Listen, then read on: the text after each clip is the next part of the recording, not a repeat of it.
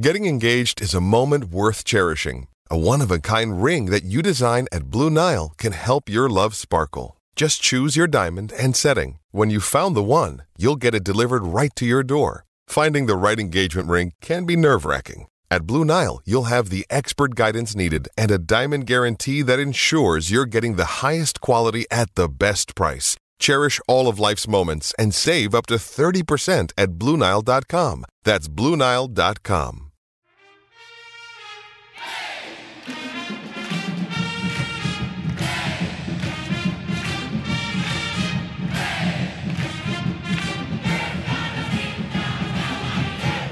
Hi there, Duke fans. We're on episode 611. 611. We're here to give you the 611. There's a lot of information, Jason. It's more than 411. Yeah, right. Exactly. Extra info is the 611. Yeah. So we are here on the DBR Podcast, the Duke Basketball Roundup. We are just about an hour and a half or so after the brackets were announced. It's a little after 8 p.m. on the East Coast. This is the day. This is the day that March Madness really begins. That everyone starts going, wait, who the hell's that team? And how do I figure out whether they're any good? And am I picking them all the way to the Final Four? That kind of craziness. I am Jason Evans, joined by Donald Wine. Donald, what do you think? So Duke's a 4. Let's dive right in. Obviously. Well, Yeah. Before we start with everything, right? Mentioned this is Selection Sunday. This is the day. This is the only day of the year where I'm going to tell you that the regular season does not matter anymore, because it doesn't. We're in the postseason. We've been in the postseason for about a week, but we are officially in the postseason that matters. Win or go home. It's everything that everybody wants. And this is where you kind of have the air of optimism throughout the country. Everyone has their brackets out, they're looking at it, and everyone has in their minds initially like, yo, our team's going to win. Our team can do this. All we got to do is get past this team and this other 14 teams over here, and then this team needs to lose. That's what we do today. Tomorrow is where we kind of go, okay, no, really, this road might be a little bit tougher than we thought, or this road might be set up in a particular way for a particular reason. Sure. But we're going to go through the bracket, and if we have some Duke colored glasses on right now, that's why. There you go. All right. Yeah. By the way, just so everybody understands what we're going to be doing, we're going to talk about the bracket a lot today, talk about the other ACC teams in the bracket and stuff like that. Just our initial thoughts on it. We will not, I want to repeat, we will not be making Final Four picks at this time. I want a little more time. In the past, we've done this like an hour after the bracket, 30 minutes out of the bracket, making my Final Four picks. And I'm like, really? Is that what I picked? What? So give us 24 hours. We're going to have another episode tomorrow where we will pick the bracket, where we will preview Duke's opponent in the first round, the Vermont Catamounts, and all that other kind of jazz. But for now, this is this is big picture, right, Donald? But yes, and by the way, Jason, I think it's great that you mentioned that we're not doing Final Four picks on the show, because I think the one thing that's always very funny to me about the selection show is that not even 5 seconds after they announce the picks, they're like, well, yeah, I have this team in my Final Four winning this bracket. And you're like, you just announced it 5 seconds ago. Like, give people time to kind of, process what is going on. And, they're like, oh yeah, this is my 5-12 upset. And you're like, 5-12, you haven't even announced the rest of the bracket yet. Like, we don't even know what you're talking about here. So we're not going to do that. I think it makes for great TV after you announce the brackets. And it makes for funny TV. But for us, we are going to have a more reasonable approach to our picks and everything. And I'll tell you, maybe there's some new color glasses tomorrow, but at least we'll think about it and we'll sleep on it. Exactly. So let's start, Donald. Duke is a number 4 seed in the South region. Houston is the number 1 in theory. If things go well in our first couple games, Duke would play Houston in the Sweet 16. That is a tall order. That's not easy. Houston is an outstanding club.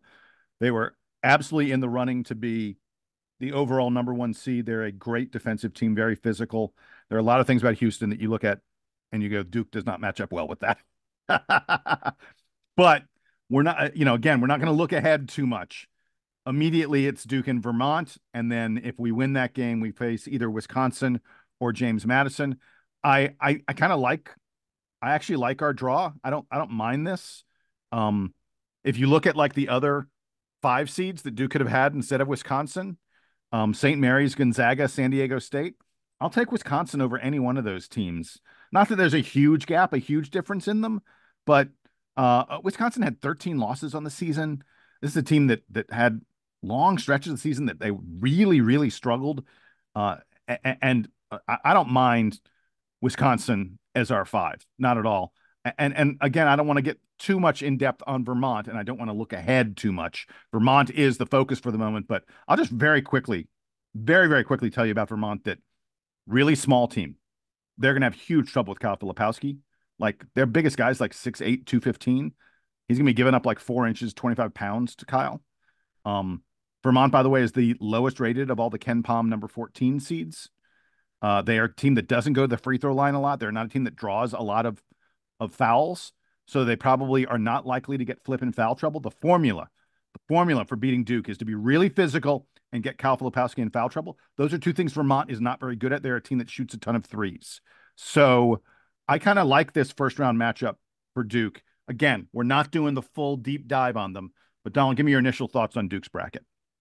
So for me, I'm going to back up even further. I on the last show, we kind of had some, on the spot predictions. I don't think we told each other about what we were going to do, but I said, hey, on the spot, what do you think we're going to end up?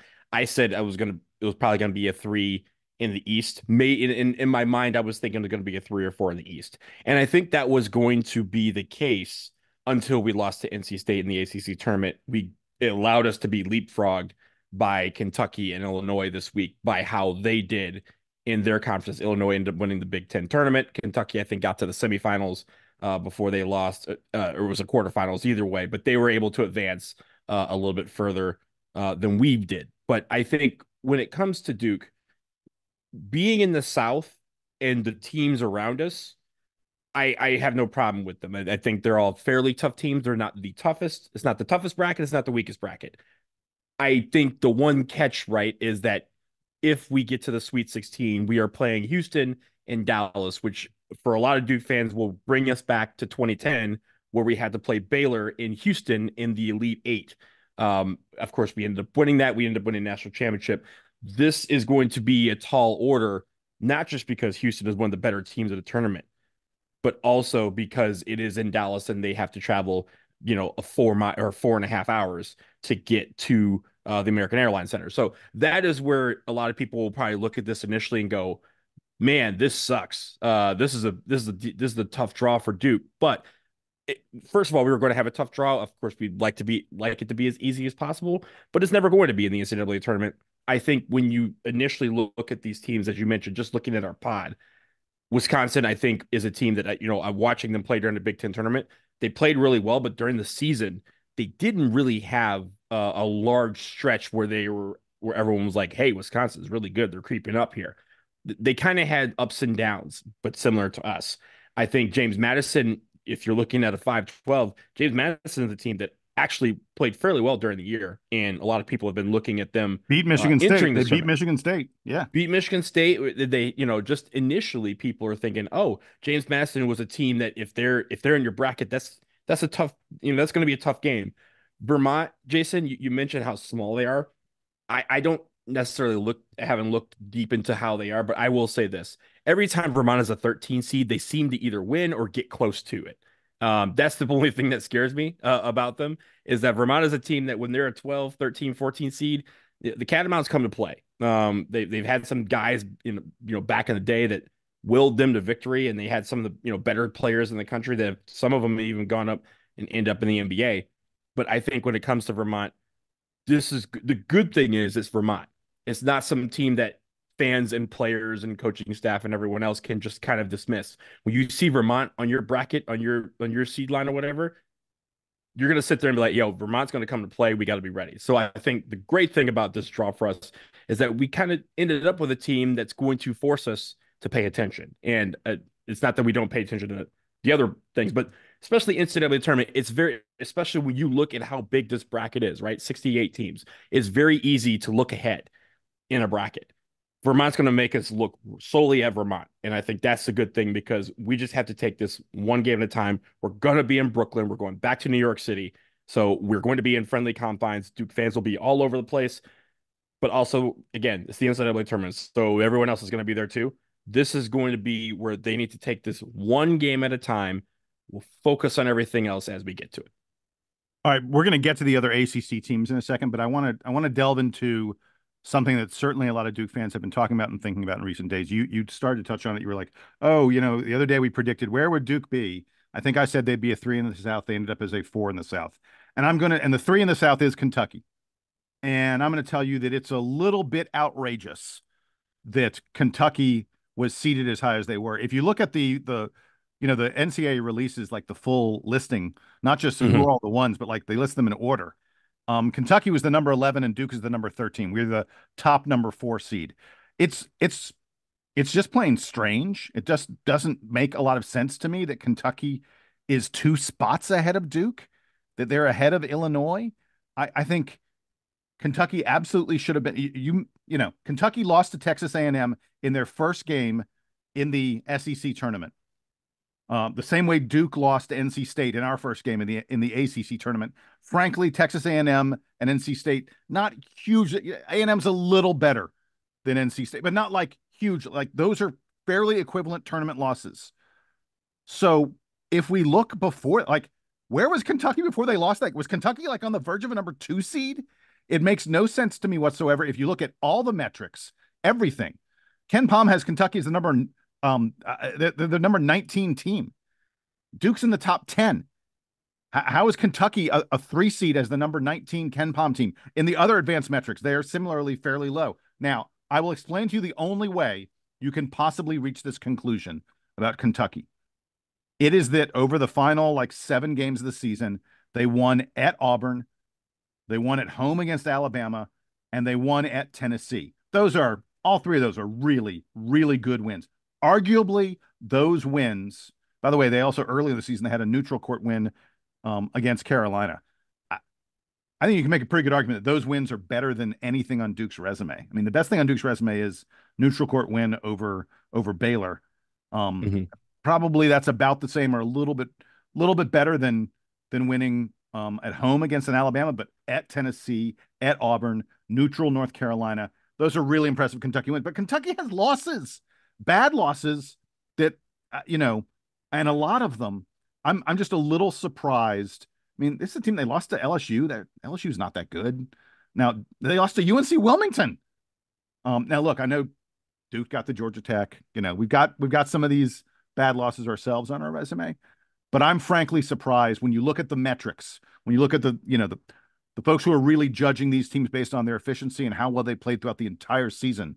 Kentucky and Duke aren't on the same plane. I don't know how Kentucky gets a 3. I think you mentioned a couple of the again, nitpicky details, right? Win here versus loss here. This team is, this team you beat is a little bit better than this team that this other resume beat. I think when you look at it, it just seems across the top, right? When you look at the top conferences, I know we'll talk about the ACC in a second. The ACC did get some respect, but they didn't get as much respect as the Big 12 and the SEC. Both of those conferences get 8 teams in. And I think when they count up those losses, they go, okay, well, if we got 8 teams in this tournament, how are we seeding them? Kentucky versus Duke, at least Kentucky, they can go, hey, they played 7 other teams in conference that are in this field, as opposed to Duke only played 5 of those teams, right? Or 4 of the teams in the conference. So I think that's where they kind of see some separation in some of these seedings. But what's clear is, at least to me, going out in the first round of the quarterfinals of the ACC tournament is what cost us a 3 seed, because it seems like we were solidly on a 3 seed, and it just gave everyone else in the country a couple extra days to catch up to us. Yeah. All right. Hey, let's move over to the other ACC teams very quickly. UNC gets the number 1 seed in the West. I don't think that's at all of a surprise. Their 8-9 game will be M State versus M State, Mississippi State versus Michigan State. I think, Carolina got a break there. When you look at, the other 8-9 games, I think that Mississippi State and Michigan State are there. I thought Michigan State was firmly on the bubble, and here they are, coming into an 8-9 game. Mississippi State, frankly, probably wasn't even in this field until they pulled a miracle win over Tennessee in the SEC tournament. Mississippi State lost their final 4 regular season games. Michigan State has 14 losses in the season, most losses of any team in the field. So I feel like Carolina, the bracket lays out pretty nicely for them, at least to reach the Sweet 16. They got Alabama and Arizona on other sides of the bracket. I mean, and those are both tough teams, I think, for UNC. But that, by the way, CBS is rooting for that UNC Arizona game. Caleb Love comes home. Mm-hmm. Absolutely. Well, they'll be in LA, but at least that storyline. I mean, they kind of talked about it over the weekend. Jay Billis was mentioning that, the ACC player of the year in RJ Davis and the Pac-12 player of the year and Caleb Love share the same backcourt, and that team did not make the NCAA tournament last year and opted out of playing in postseason ball. I think that's very interesting. That storyline in itself, coupled with some of the stuff that we won't mention on the show that we, if you know, but yeah, those storylines are present, Jason. And also I know we're in the ACC and I know we're going to talk about this a little bit later, but there could be a storyline in round 2 for UNC because, or at least in the first round of UNC, because that play-in game features a couple of Duke members of the Brotherhood that could be on the other side of the sideline against them. So we'll talk about that in just a second. But I think over the whole, I think UNC kind of they might have the easiest, at least initially, reaction, the easiest bracket for a 1 seed in this tournament. But it's not so disparate from everyone else. I think it's very close. I think they just have a nice little line here where they just have to go to Charlotte. Their only catch is they got to go all the way across the country to LA, whereas some of these teams don't have to go as far to get to the Sweet 16. Yeah, exactly. All right, as we continue through the ACC, Clemson comes in as a 6th seed out in the West, same bracket as UNC. They get New Mexico in their first round game. Ouch.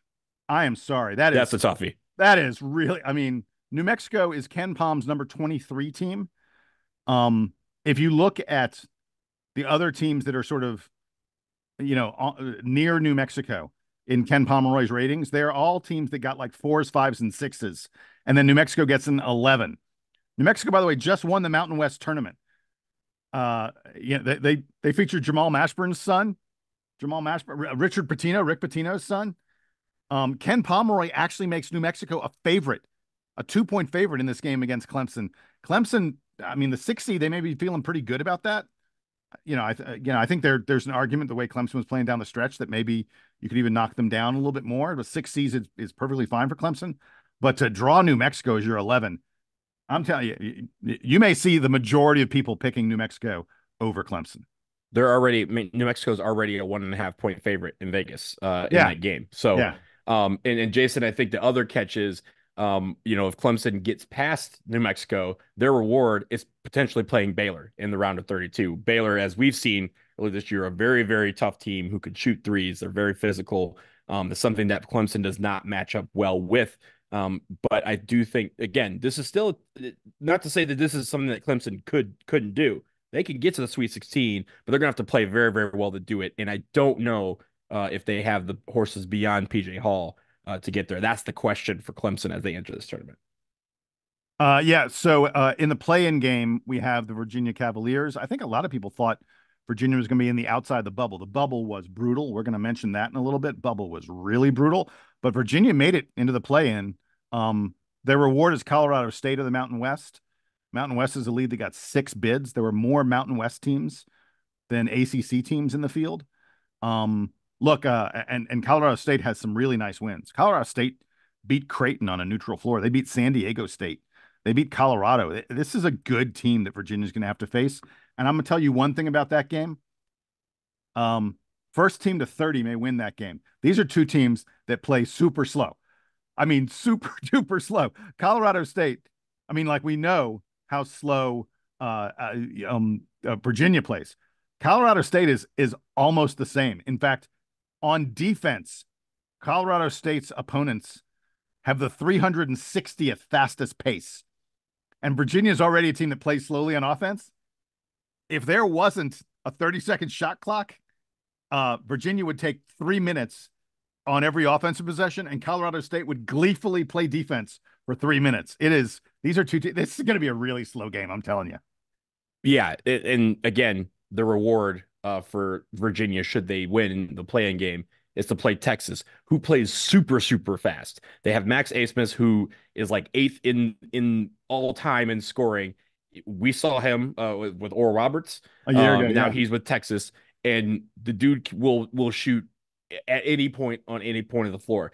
And then also, Jason, just looking at the rest of that pod that they have, I mean, Virginia, I think, lucks out kind of because they go to Charlotte for their pod, which I think is probably really good for them. I mean, assuming they beat Colorado State. Assuming they beat Colorado State, yeah. So they have to go to Dayton first, but then they can end up in Charlotte. But then you have Tennessee, and hey, Jason, guess who's back? St. Peter's. St. Peter's, who made that magical run back in 2022 to the Elite Eight as a 15 seed, is back as a 15 seed in this bracket. And again, they're a team that likes to play fairly fast. Tennessee is a team that plays physical. This is an interesting little pod here that we got set up, and Virginia might have taken the short end of the stick here, but they're really going to have to figure out how to score because these teams are going to want to push the tempo up well beyond what Virginia would want to do. But Virginia is going to have to figure out how to score on every possession down the floor, because if they don't, they will be going home very early. So the last ACC team, of course, is NC State, the Wolfpack. We're going to be talking extensively after we take a commercial break about NC State's victory in the ACC tournament. A very, very impressive 5 days that they had. NC State is number 11 seed. They get Texas Tech as their number 6. Frankly, I think Texas Tech is not that great. You're going to see a lot of people. NC State's going to be a very, very popular pick over Texas Tech.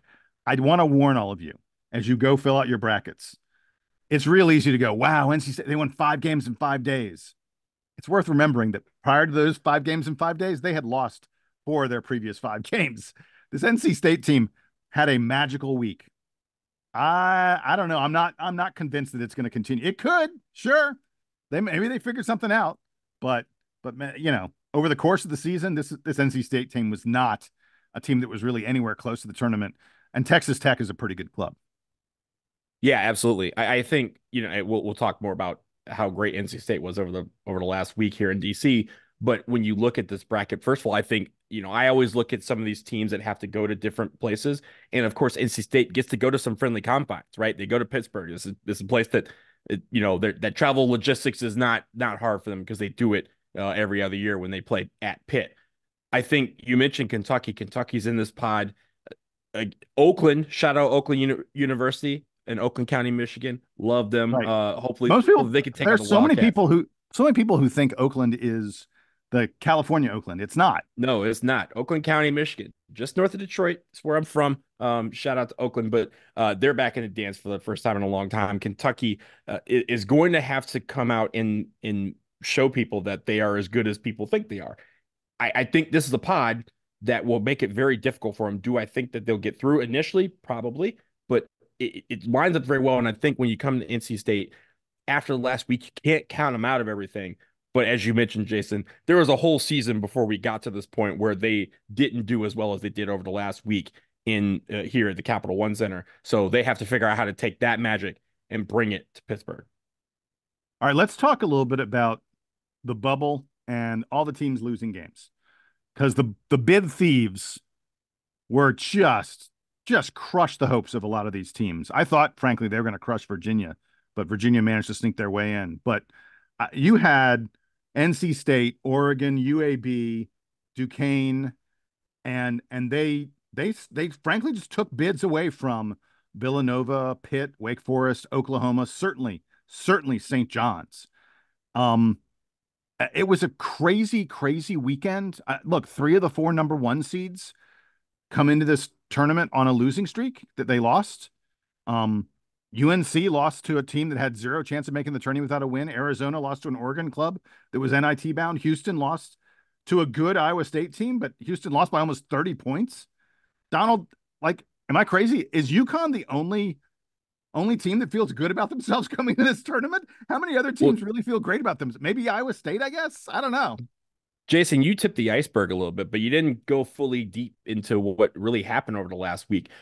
If you look at the 1 through 4 seed lines, all 16 of those teams, 12 of them lost in the last week. The only teams that went through this last week unscathed: UConn, Iowa State, Illinois, and Auburn. That just tells me that everyone can be beat. There's no untouchable team. And again, except maybe UConn. Well, that's the thing is everyone looks at UConn now and they go, "That's the team that's unbeatable," and it's because they're the only ones that didn't get beat. Like this, it's because of, that's the definition of unbeatable. Well, entering this week, everyone was saying that was Houston, right? And now everyone's like, "Oh, Houston's exposed; they could be beat." Everyone can be beat, and I think even UConn, just before that, they didn't have like the best stretch running into the Big East tournament, but they did win the Big East tournament. Now, on the other side with the bubble, right? You mentioned St. John's. Now, I want to be clear here. I'm just quoting here from the selection committee. I'm looking at the last 4 teams that were in and the first 4 teams that were out. St. John's is not on either of these lists. The last 4 in were Boise State, Colorado, UVA, and Colorado State. Of course, those are the 4 teams in the play-in. The first 4 teams out, Oklahoma, Seton Hall, Indiana State, and Pitt. Now, if you looked at KenPom, which I know you did, Jason, the highest KenPom teams to not make it, St. John's is number 1 on that list. They were 25th in KenPom. You also have Wake Forest, who wasn't on that list, Villanova, who was not on that list, and Cincinnati, who was not on that list. So it's very interesting because, again, they take a lot of stuff into consideration in this committee, and it feels like the eye test won out over some of these, and just saying this team that this team beat is better than this team that team beat. And I get it. It's a difficult decision. I don't know how St. John's wasn't, not just the fact that they were 25 in KenPom, just the way they were playing down the stretch. I don't know how, look, I'd say the same thing about Pitt. I don't know how you could look at the way Pitt played the final month and a half of the season and say, oh, that team's not of course they're a tournament team. And look, it's hard to say, oh, who should you have left out? I'll tell you, I would have put Pitt in over Virginia. I think you should have left out Virginia, to give Pitt room. By the way, Donald, we should mention really, really quickly, Pitt and St. John's, both of them, have already declined NIT bids. They were invited to the NIT, and both those teams said, we're not going to play. Pitt didn't really, they issued a statement, but they didn't really, it doesn't explain anything. Just said, we had a team meeting. We decided we're not going to play. I don't know. It seems like they were disappointed. I mean, they were obviously, but Jason, if you think about it, you just mentioned that bubble that was burst by having 4 or 5 teams win their conference tournament that probably would not have won an at-large, or definitely would have. Definitely wouldn't. Yeah. Pitt is the first 4 out. So that tells me that of 5 teams, if 5 games go the other way, Pitt's in this dance. Maybe they're in the play-in, but at least they're dancing. And I think and it also tells me that UVA might have been safely in until this kind of pulled them all the way down towards that bubble area. Yeah. You know what I'm saying? So like, it's interesting how those things work. But again, it's why March Madness is March Madness. You have some of these things happen where a team is left on the outside looking in because another team saw their opportunity and went and swiped it.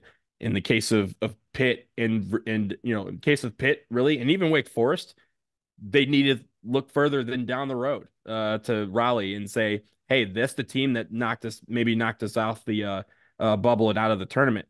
And it's that's just what March is like. Yeah. All right. Hey, last thing we're going to do on the general field before we take a break and talk about the ACC tournament. Congrats to Howard and Kenny Blakeney and his assistant coach, Tyler Thornton. Dukies at Howard make the field. Donald, I'll let you go first. I got some interesting stuff on their roster that I want to talk about, but you go first on, Kenny is, they're going to be building a statue to him there at Howard. First off, for everybody here in DC who may be a Howard alum or Howard fan as well as a Duke fan, look, this is great. This is first of all, this wasn't like last year where Howard kind of were, at the top of the conference and in kind of entering the conference tournament. It was like, hey, they're one of the teams to beat, and they ended up winning it. Howard was not expected to win. Howard was not expected to be in this position. I think they were a 5 seed in their conference tournament and ended up winning this. Shout out to Kenny Blakeney, first of all, for all that he has done to take this team and kind of make it where it's something that the school can be proud of, and that, it's the way they've played has been incredible. And even when they lose with some fight, with some tenacity. They bring that in every single game. Tyler Thornton, shout out to him as well. Being on the staff and being a part of this is incredible. And Jason, as I alluded to earlier, if they get past, they're in the play-in game, they play Wagner in their first game in the play-in game. But if they get past there, guess who awaits? North Carolina Tar Heels. And guess who would just love to become the third 16 seed and knock off a 1 seed it would be Kenny Blakeney, Tyler Thornton, and Howard Bison. Yeah, so let me tell you something about Howard. So I looked at their roster really quick because I was like, oh, Kenny has connections. It's, from his time at Duke, obviously. I'm like, I wonder if he's got, anybody who sort of has an interesting connection to them. I noticed they have a Dockery on their roster. I was like, well, wonder that's Sean Dockery's son. It's not. I noticed they had a Hairston. I'm like, oh, maybe it's Josh's son or something. No, it's not. They have an Odom, but it's not Lamar Odom's son. What they do have is Seth Towns. Mm-hmm. Donald, the story of Seth. I'm going to tell people who don't know the story. I'm sure you already know it. Yep. Seth Towns is one of the great stories in college basketball right now. Get ready for it. You are going to see tons of features about Seth Towns and Howard over the next 48 hours getting ready for their game. Seth Towns started playing college basketball at Harvard in 2016. Do the math. By the way, when he picked Harvard in 2016, he was a very good recruit. This guy was like a top 125 recruit. He had offers from Michigan and Ohio State. He said, no, I want the education. I want to go to Harvard. And he was fabulous as a freshman. As a sophomore, he was the Ivy League Player of the Year at Harvard. He was like an honorable mention All-American. And then he got injured. He hurt his knee. And for 2 years, he could not play basketball, missed 2 seasons at Harvard. And because of the way Ivy League rules work, he wasn't allowed to play anymore at that point. In the Ivies, you get 4 years. There's no redshirting. There's no nothing. So even though the NCAA had said, yes, those 2 years don't count. You had a bad knee injury. Those do not count. He wasn't allowed to play anymore. And he started looking for a new school. Folks may remember Duke was on his list. He came and he had a real look at Duke. He ended up picking Ohio State. And it was clear the first year he was at Ohio State that his knee wasn't fully healed. He only averaged about 10 minutes per game there. He clearly wasn't back to being the player he had been at Harvard.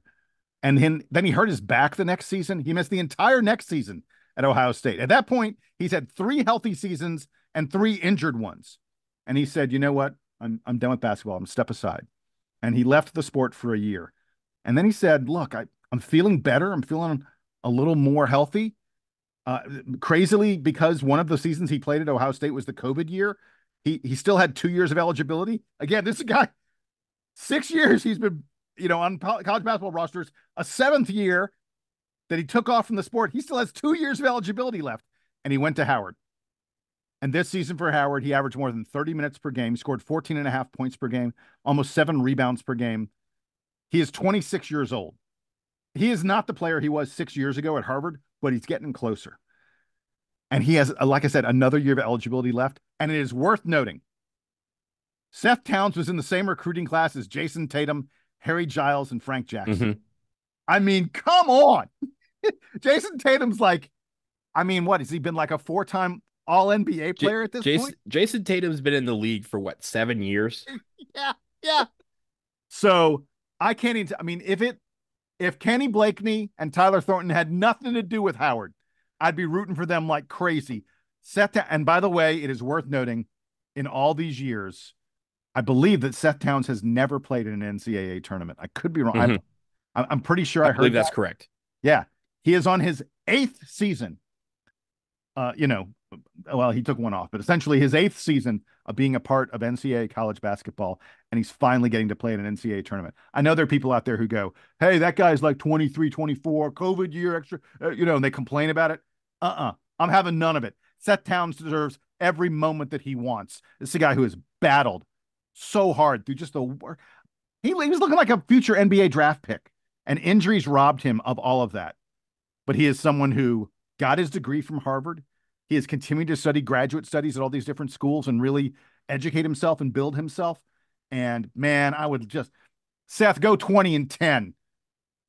Back to back, baby, against Armando Bacot, win that first game. And then, please, I want to see it. Harrison Ingram. Actually, he'd probably play Harrison Ingram.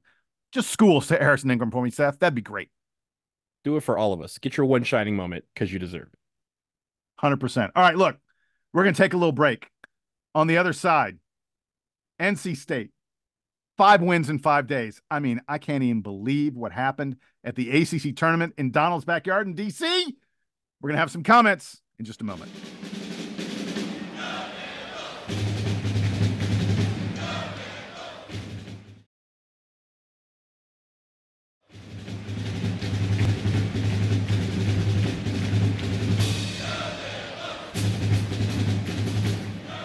All right, back from the commercial break, and we're turning our attention to the ACC tournament, a tournament that did not go very well for the Duke Blue Devils. We already discussed that. We're going to put that aside. You will hear no more mention of it on this podcast.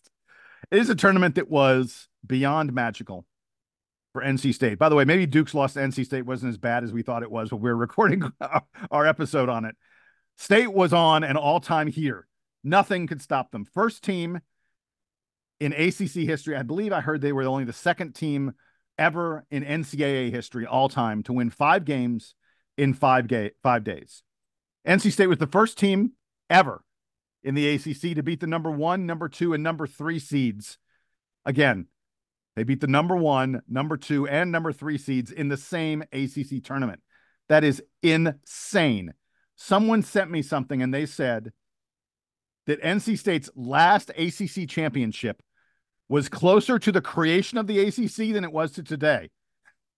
That's like bonkers. And I heard another good one. Then Donald, I'll let you get in for a minute. And then I got a little bit more. But so State is now one of 6 ACC programs. They're one of 6 ACC programs to have won a national title. You know, there have been 6 teams in the ACC that have won a national title. NC State is one of them.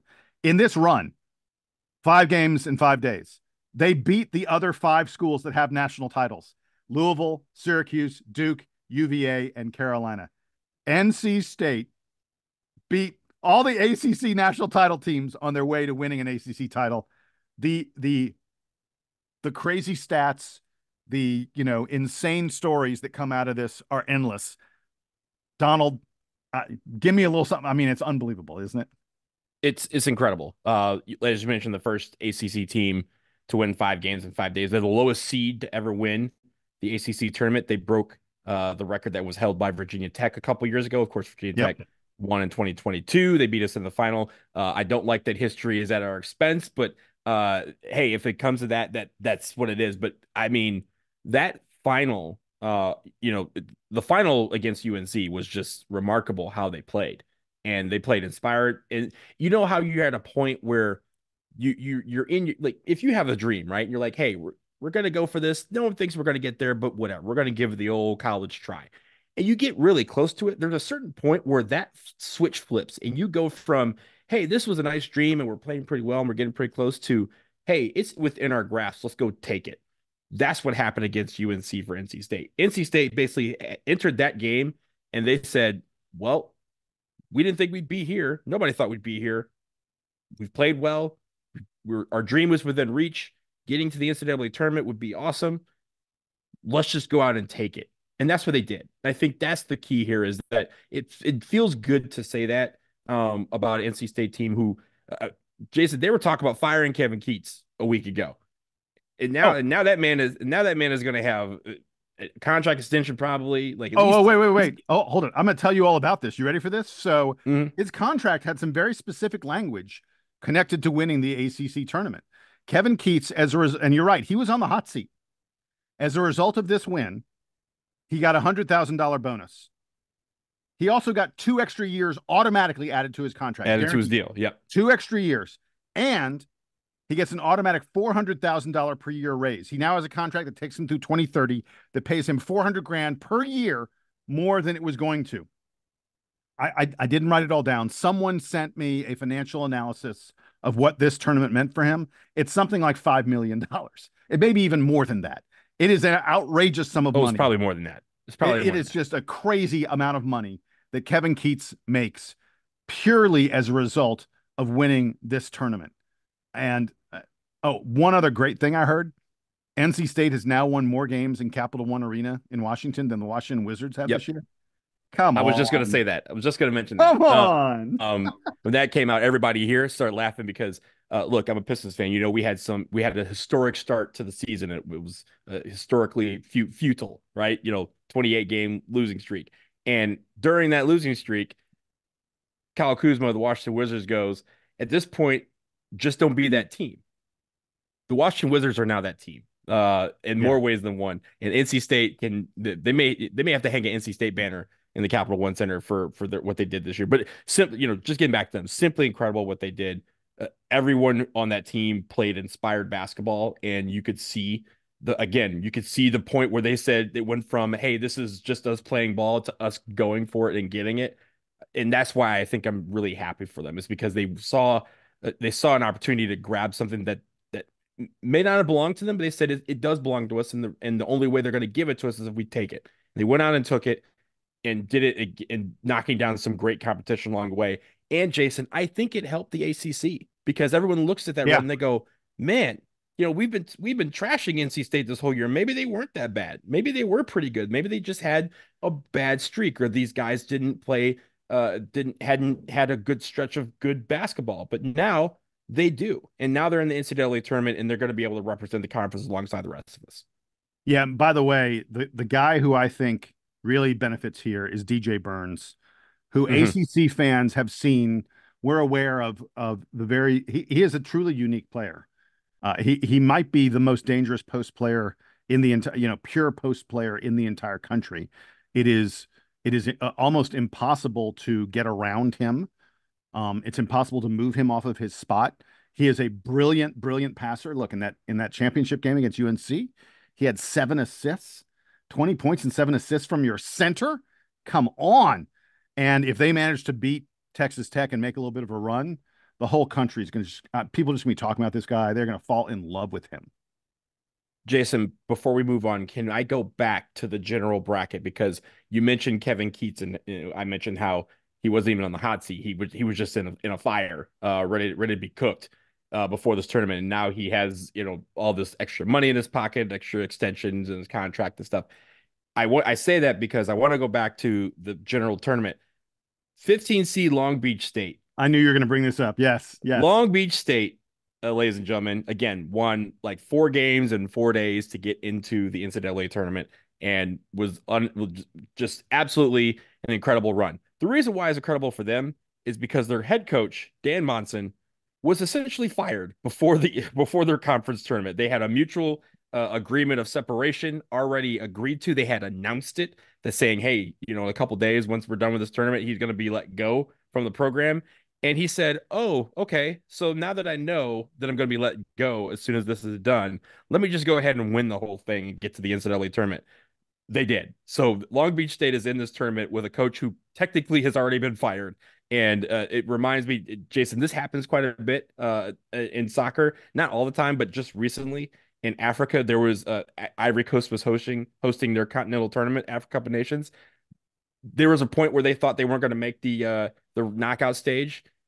They fire their coach. They put in a new guy, and all of a sudden the next day things happened, and they got into the knockout stage. And this coach was like, "Oh, I guess I'm still coaching now, so I guess I'll keep coaching." He coached them all the way to the final. So like this is something that can happen, and it's very, very cool to see. Again, it also means this team rallied behind him and saying, "Hey, we're going, we're not just send you out sad. We're going to send you out with something." And for him, he gets to have a conference trophy when he packs up, or if he packs up. And I think now they're probably renegotiating his contract, but now he gets to coach at the dance. And I think that's really cool. That's what the magic of this tournament is all about. Yeah. By the way, it's worth noting that, I guess I'm glad Virginia made the dance, but Tony Bennett made such a bad coaching decision at the end of the Virginia NC State game to not foul Mikey O'Connell or anybody. NC State had fouls to give. There were, we're talking like, less than 5 seconds left in the game. They could have, even without fouls to give, they could have just put someone on the line, let them take the free throws, because I think that is a better bet than having a kid take a 3-pointer. And yeah, Mikey O'Connell made a ridiculous, acrobatic 3-pointer, but frankly, I think Tony Bennett made a terrible decision to even allow him to take that shot. It was, it was just a bad decision by Virginia. And as a result, that's the whole reason NC State and DJ Burns gets to dominate the overtime. It's the whole reason that DJ Horn gets to dominate UNC to the tune of 29 points and win the ACC title. By the way, great DJ Horn fact. Donald, who's older, DJ Horn or Vernon Carey? Yes. Yeah, that answer. Just me asking it. Yes, DJ Horn is older than Vernon Carey. Remember when he played at Duke a while back? Mm-hmm. Yeah, so this state team, they got a bunch of guys who they've been around college basketball for a while, and this was a major league highlight for them. Congrats to them, by the way. And as people pour into these brackets and they decide which teams they're going to pick, which, when they submit their bracket that's absolutely perfect and is absolutely going to be 100% correct until it's not. Experience is something that drives a lot of these teams in the NCAA tournament. We've seen that over just over the course of time, but really over the last few years with some of these, teams that have a lot of fifth-year seniors, graduate transfers, COVID transfers, that sort of thing. Experience is going to be a big deal. So when you look at some of these teams, look at some of these teams that do have that experience of guys who either have been to the tournament quite a bit or are just older guys that have been around the block certain times and are just, guys who are filing Social Security while also, getting NIL money, right? Like you have to think about those sort of things when you fill out these brackets. NC State is set up very well where they have a lot of guys who have experience, but are also experiencing this for the very first time. So it's very cool to see. Yeah. All right. Hey, that's going to wrap it up for us here on this edition of the DBR Podcast, episode 611. We're going to be back in your feed in about 24 hours, maybe even less than that, with a full preview of Duke's game against Vermont. And look, by the way, we'd love it. Hit the DBR inbox. Send us email, dbrpodcast@gmail.com. You know what I'd really love? Send us like your headline preview, so to speak. Not how you think the game's going to come out, but sort of your, I don't want long paragraphs. Those are a lot to read. Give me like your one-liner that you think is the most important thing, the factor that we need to consider in this game against Vermont. I'd love to hear from a bunch of you as we get ready for this game against Vermont. And by the way, Donald and I are also going to be talking a little bit about, just general attitudes about where Duke is right now and, where the team is mentally. There's some things that have been going on this weekend, and we're still doing some digging. We're still figuring some stuff out, but we're going to have some comments about that as well. So you don't want to miss it. It's not just going to be us previewing what's coming up with Vermont. There's a little bit of a deep dive on where this Duke team is right now.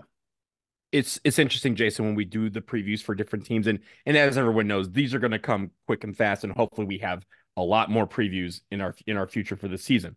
Six more. At least 6 more. We can preview the parade too. We'll preview whatever we need to beyond the NCAA tournament. But we hope we're doing this for quite a while. I think what we always focus on is the team that we're facing, right? Because we know our team, we live and breathe this team. But I think entering the tournament is good to kind of peel back the onion a little bit and assess where we are to this point. Evaluate how we got to here, right? How we end up being a 4 seed in the South. What it's going to take to get out of the first round? What it's going to take to get out of the first weekend? What's it going to take to get to the NCAA tournament? As we focus in on the teams that we're going to face as we go along, I think this is the opportunity for us to kind of say, what does Duke need to do? So I'm glad that we're going to be able to take some time tomorrow to do that. Because it's very important as we enter the postseason to say, this is where we are, this is how we got here, this is what needs to happen, and this is what we need to do to hang another banner in Cameron Indoor Stadium. I love it. With that wraps it up here on the DBR Podcast. He is Donald. I am Jason. Once again, that email address is dbrpodcast@gmail.com. Hit our link tree. We've been collecting more and more companies that are interested in being a part of the DBR network, so to speak. So hit that up because there are all kinds of places you can get some really cool gear that has the letters DUKE on it, and that you can save a little money by doing it through our link tree. Anyway, again, we thank you for joining us. We'll be back in your feed very soon to preview the NCAA tournament game against the Vermont Catamounts. He's Donald. I'm Jason. This is the Duke Band to play us out and take us home.